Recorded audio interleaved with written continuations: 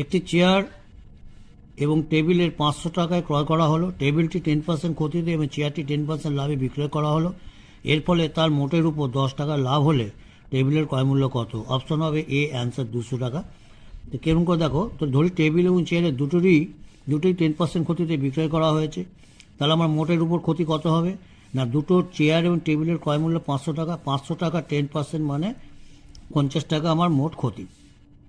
কিন্তু চেয়ারটি 10% লাভে বিক্রয় করা হয়, ঠিক আছে, এটা বলে দিয়েছে অঙ্কে, 10% লাভে চেয়ারটা বিক্রি করে এবং মোটের উপর লাভ হয় 10 টাকা, মোটের উপর লাভ হয় 10 টাকা।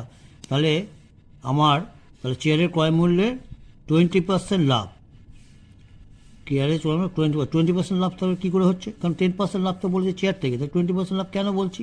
কারণ 20% মানে হচ্ছে 10% ক্ষতিটা কভার হচ্ছে চেয়ার থেকে, প্লাস আবার 10% লাভ হচ্ছে, অর্থাৎ দুটো মিলিয়ে হচ্ছে 20%। অর্থাৎ চেয়ারের ক্রয় মূল্যের 20% লাভ সমান সমান ক্ষতি প্লাস লাভ। ক্ষতি কত? 50 টাকা, আর লাভ কত? 10 টাকা, তার মানে 60 টাকা। তার মানে 20% সমান সমান 60 টাকা, 1% সমান সমান এত, 100% সমান সমান কত? 300 টাকা। ক্লিয়ার? তার মানে টেবিলটি, তার মানে এটা কী হবে? 100% মানে 300 টাকা, 300 টাকার। এবার টেবিলটির ক্রয় মূল্য কী হবে? না, দুটির মোট ক্রয় মূল্য মাইনাস চেয়ারের ক্রয় মূল্য। তাহলে দুটির মোট ক্রয় মূল্য কত? 500 টাকা। আর চেয়ারের ক্রয় মূল্য কত বলছে?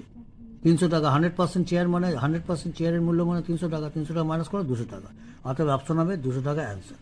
এটা গেল একরকম প্রসেস। দ্বিতীয় রকম প্রসেস, যদি এক্সের অঙ্কটা করো, cost of chair is rupees x ধরে নাও, কস্ট অফ টেবিল হচ্ছে কত? 500 মাইনাস এক্স। তাহলে প্রফিট হবে কি? Profit from chair minus loss from table. Actual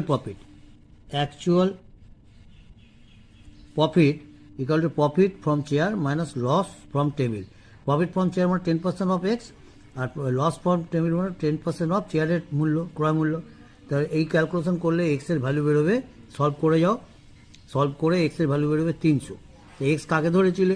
cost of chair. তাহলে টেবিলের কস্ট কত হবে? 500 মাইনাস এক্স, 500 মাইনাস 300 মানে 200 টাকা, 500 মাইনাস 300 মানে 200 টাকা। ক্লিয়ার? Thank you.